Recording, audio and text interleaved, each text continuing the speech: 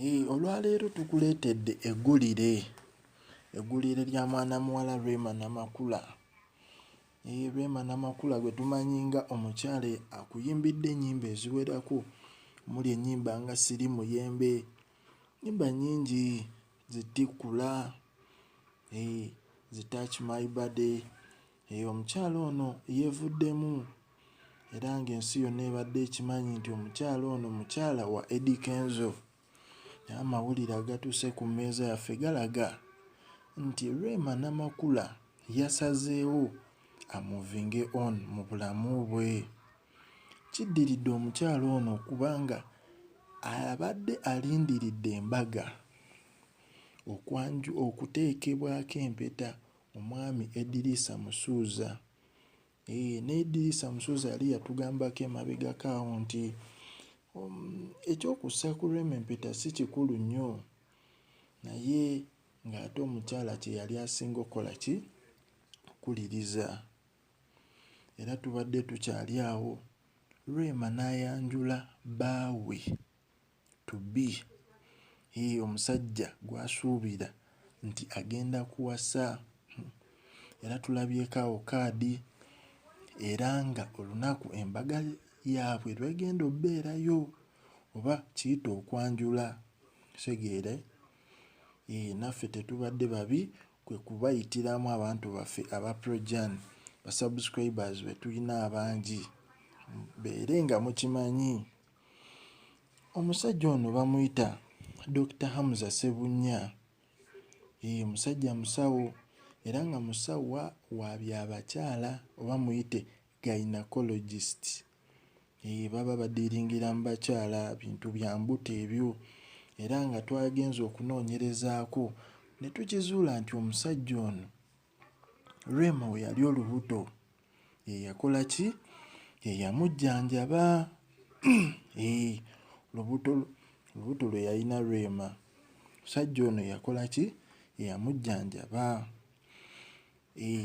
Rema yavuddeyo n'atunnyonnyola nti Dr. Hamza Ssebunya asazeewo amuwa omutima gwe era nga bateekateeka okwanjula nga lumu omwezi ogw'Okumu, 2019 wali e Masaka e Nabbingo. Omusajja ono agenda kukyala ewaba Rema. Naye ate era twagenze okkizuula nti omusajja ono ayina omwana era omwana gw'ayina mulenzi. So tekigenda ku affectinga nnyo Rema olw'ensonga nti naye ayina ku baana. Naye ate bannamawulire badde bavuddeyo nga bagamba lwaki Rema ayina emikisa gy'abasajja abayina abaana. Ekibuuzo nange nkikulekedde. Ne tweyongerayo mu maaso okunoonyereza ne tugenda okkizuula nti omusajja ono kuva dda ali ayagala Rema. Kuva dda nga Rema tannagenda nawa Eddie Kenzo, omusajja ono yali amukola ki? Amwegwanyiza. Kitegeera? Naye kirabika omusajja ono nga takolera bulungi ani? Rema. Osegeera? So era mabegako awo Rema bayawukanye bulungi ne Eddie Kenzo mu mateeka nga Rema kati asobola okufuna omusajja gwakola ki? Gwayagala. Era ne mukulu Musuuza Eddirisa akimanyi bulungi, naye ng'era engeri gye basharinga omwana tekyamuyisizza ki? Tekyamuyisizza bulungi. Kitegeera? Ku Projan wano tukyeyongera okuba nga tukuweereza.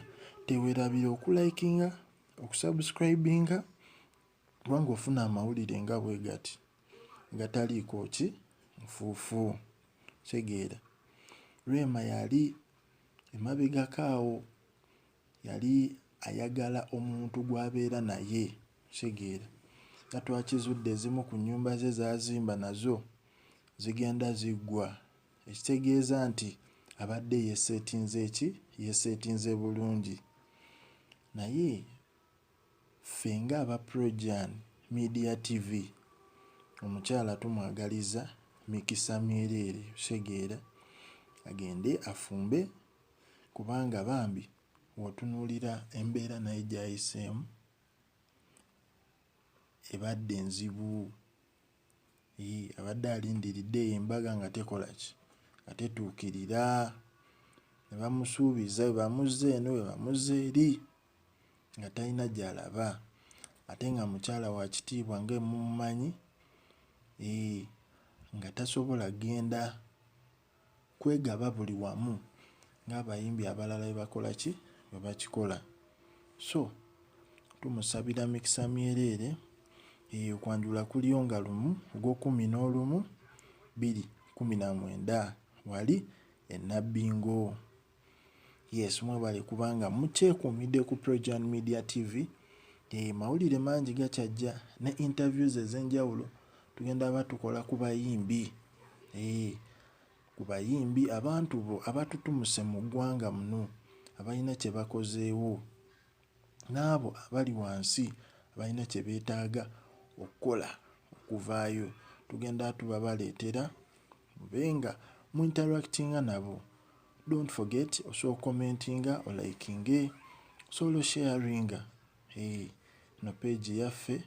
Twebaza abantu ba UAE, mu nsi z'Abawalabu eyo mutulaba nnyo, mulaba nnyo ebintu byaffe, mutugoberera nnyo amawulire gaffe.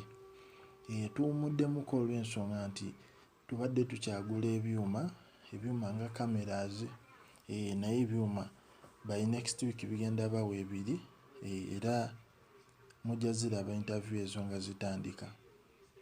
Yes, tewerabye okusubscribinga.